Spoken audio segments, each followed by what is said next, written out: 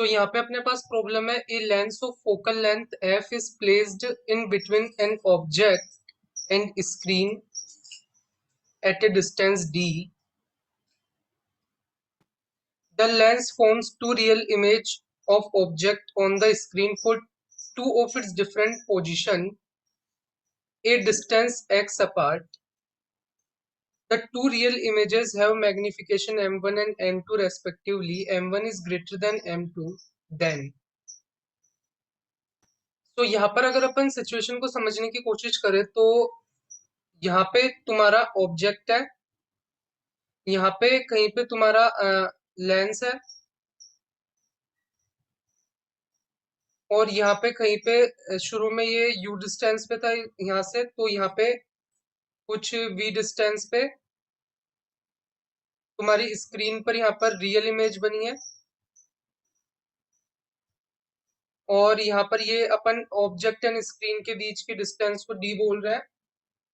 तो तुम्हें ये तो पता ही होगा कि जो रियल इमेज लेने के लिए अगर रियल इमेज बनती है इस लेंस के केस में, तो उस केस में ये जो डिस्टेंस d है वो greater than equal to 4f होती है. तो ये चीज है यहाँ पर. तो अगर यहाँ पे अपन बात करें तो इस केस में यहाँ पे अपना मैग्निफिकेशन क्या होगा. मैग्निफिकेशन अगर अपन बात करें तो लेंस के केस में v बाई यू होता है. तो यहाँ पे एक इक्वेशन तो मैं बोल सकता हूँ कि v plus u is equal to D है, और मैग्निफिकेशन यहाँ पे m1 मैं यहाँ पे ये बोल रहा हूँ जिसको v बाई यू. और सेकंड केस क्या होगा कि अपन इसको इस पोजीशन में रख दें कि अब यहाँ पे तुम्हारा ऑब्जेक्ट है और तुम्हारा जो लेंस है ना, इससे तो v डिस्टेंस अपार्ट है, और तुम्हारा ऑब्जेक्ट वो तुम्हारी जो स्क्रीन है अब लेंस से u डिस्टेंस अपार्ट है. तो इस केस में अभी भी ये जो डिस्टेंस डी है वो तो वही है. अब इस केस में जो मैग्निफिकेशन है वो u बाय v हो जाएगा. तो एक ये केस है, इसमें यहाँ पे दो रियल इमेज मिलेगी अपन को. और इन दोनों केस की अपन बात करें तो जो m1 m2 होता है इस केस में वो तो 1 हो जाता है. m1 m2 तो इस केस में 1 हो जाता है. तो ये सारी चीजें वो न्यूटन फॉर्मूले से रिलेटेड है. अब यहाँ पर ये चीज हो गई.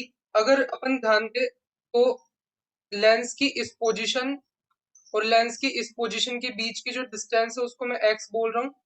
पहले वो यहाँ पे था जो कि इससे u डिस्टेंस पे थी, और अभी ये डिस्टेंस v हो गई. सो इन दोनों के बीच के डिस्टेंस को x बोल रहा हूँ. सो ये जो x है वो मेरा v माइनस यू है.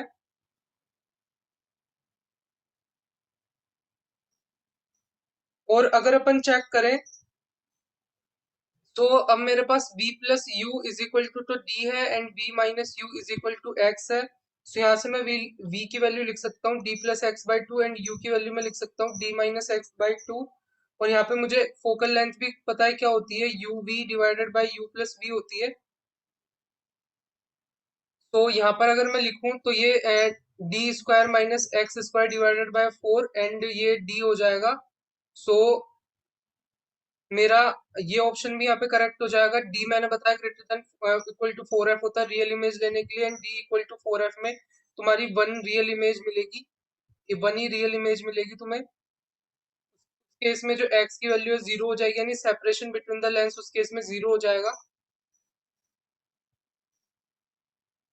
और अगर अपन बात करें तो m1 की वैल्यू मैंने बताया था कि b बाई यू, यानी वो क्या हो जाएगा d plus x divided by d minus x.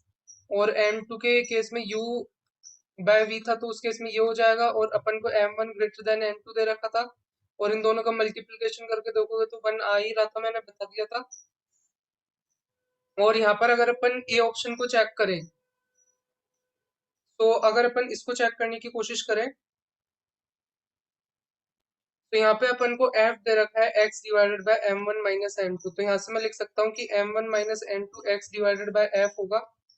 और m1 अभी अपन ने कैलकुलेट किया था कि d plus x divided bye 2, और ये m2 यहाँ पे अपन ने वो क्या d plus x divided by D minus x, और ये इस तरीके से कैलकुलेट किया था, तो ये अपने पास D square plus x square plus two D x minus of D square minus of x square plus of two D x divided by D square minus x square आ रहा है। तो यहाँ पे अपने पास ये four D x divided by D square minus x square आ रहा है। So x divided by F, अभी अपन ने क्या निकाला था, D square minus x square divided by four D, तो सेम आ रहा है, सेम आ रहा है ये, तो मतलब ये ऑप्शन भी ट्रू है यहाँ पर, अगर तुम चेक करो तो ये न्यूटन फॉर्मूला तुमने पढ़ा होगा कि वो जो न्यूटन फॉर्मूला की वो फोकल लेंथ कैसे निकालते हैं, उससे रिलेटेड ये पूरा सेटअप है, तो इसको तुम ध्यान में रख सकते हो। फिर मिलता है बाद में।